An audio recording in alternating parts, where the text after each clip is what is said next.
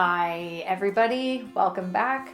I am Deborah Pettit, and today we're going to talk about 5 lessons I learned while publishing my first book. So last week I told you that we were going to talk about things that I've learned along the way, maybe nuggets of truth that I can share with you. And so here we are.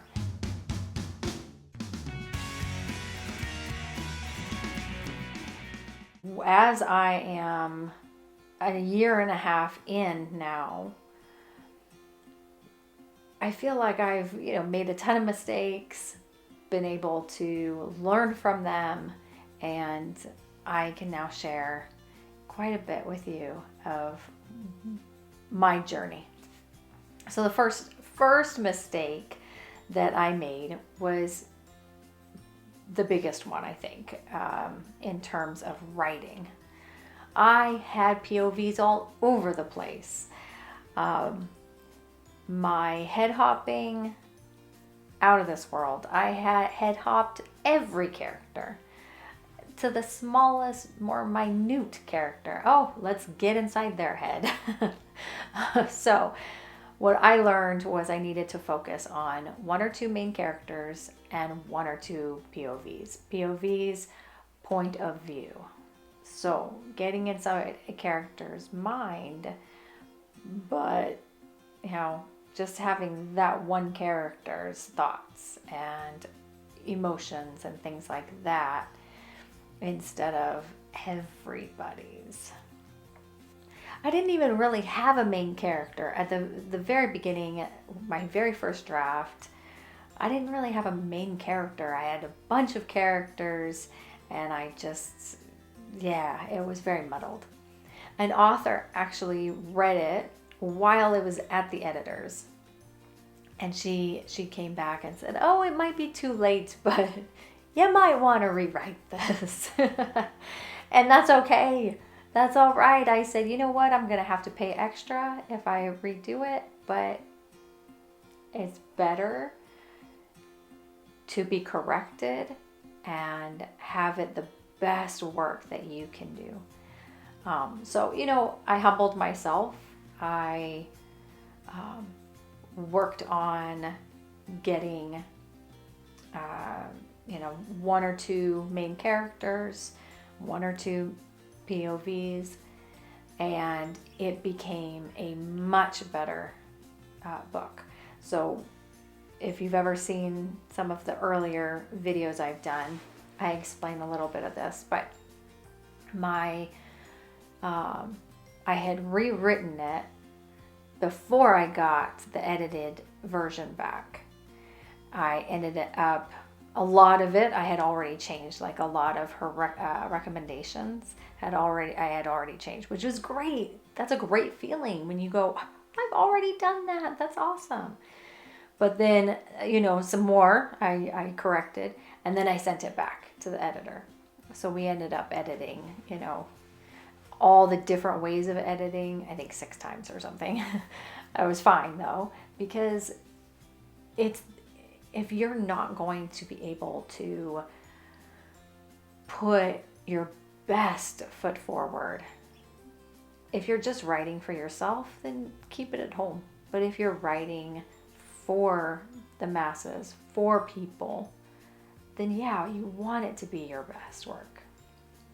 Number 2, my characters' voices didn't sound unique enough.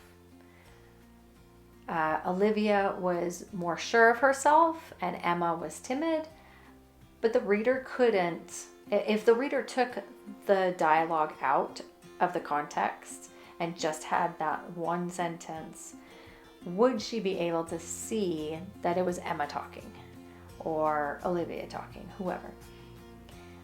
In book 2, now I feel like I've got a good handle on everybody's personalities. I know who Sapphire is. I know who Emma is. I know who Olivia is, and Nala and Tina, and a lot of characters.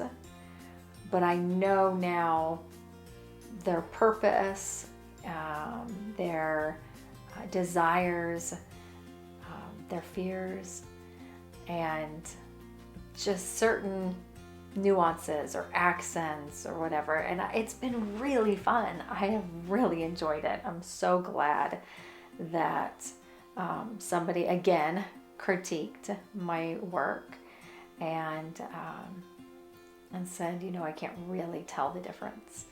So I was able to sit down and go, okay, come on, we've got to really flesh these characters out.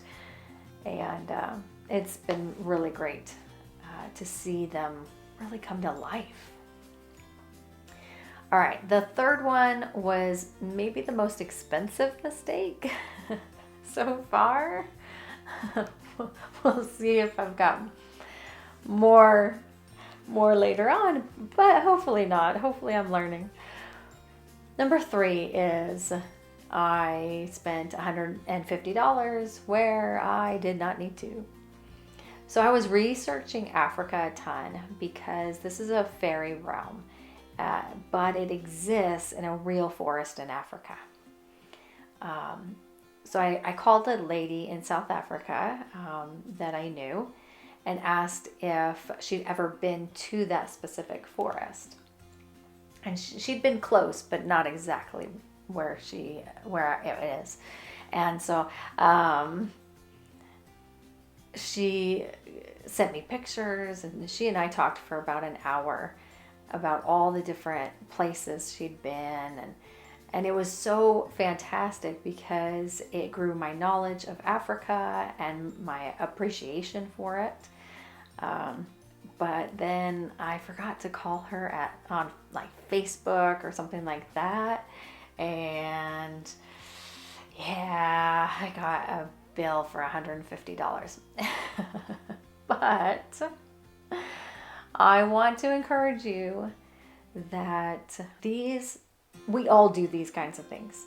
And these mistakes are there to either just tear us down and we just give up, forget it, I'm not doing this anymore, it's too hard.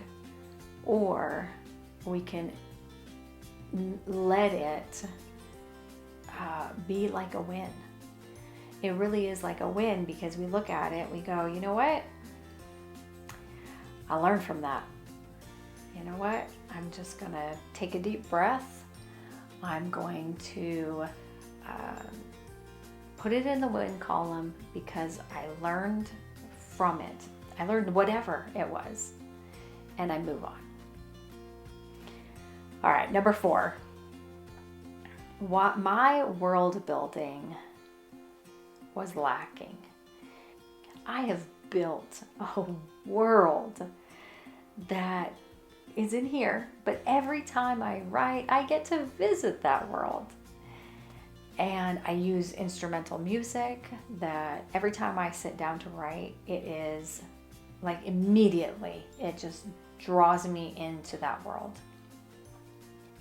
I've practically gone back to school to learn the craft of writing because I've been a part of writers groups and all the YouTube videos, all of the authors out there that make free YouTube videos that are really instructional, like they really do teach you.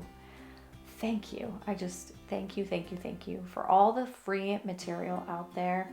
I am so humbled and so blessed to be able, I really feel like I've gotten a degree in creative writing. Thank you. But I also am a part of workshops, and me teaching on YouTube, I have to do the research. I have to work on being able to bring you something that is good and is worth listening to.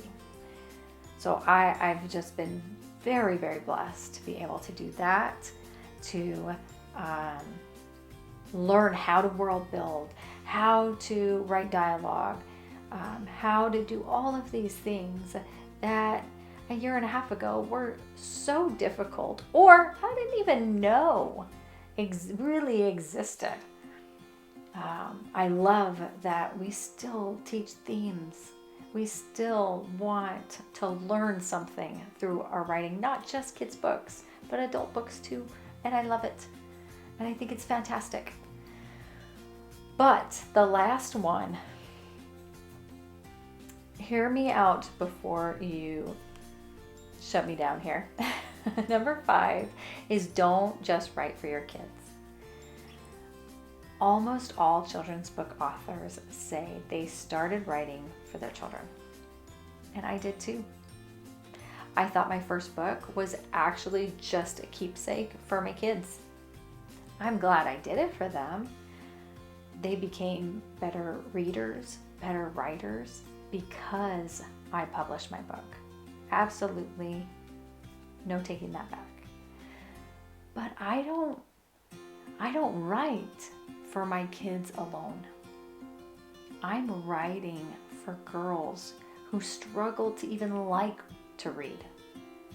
I'm writing for girls who want to visit a world where they can face their fears and become brave warriors.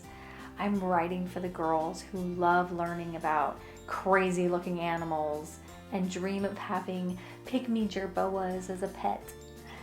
Just an FYI, it's illegal to have one as a pet in the States and probably Canada as well. I look forward to the future. I look forward to the things that I'm going to learn tomorrow. And I encourage you just to keep on progressing as a writer. Bye.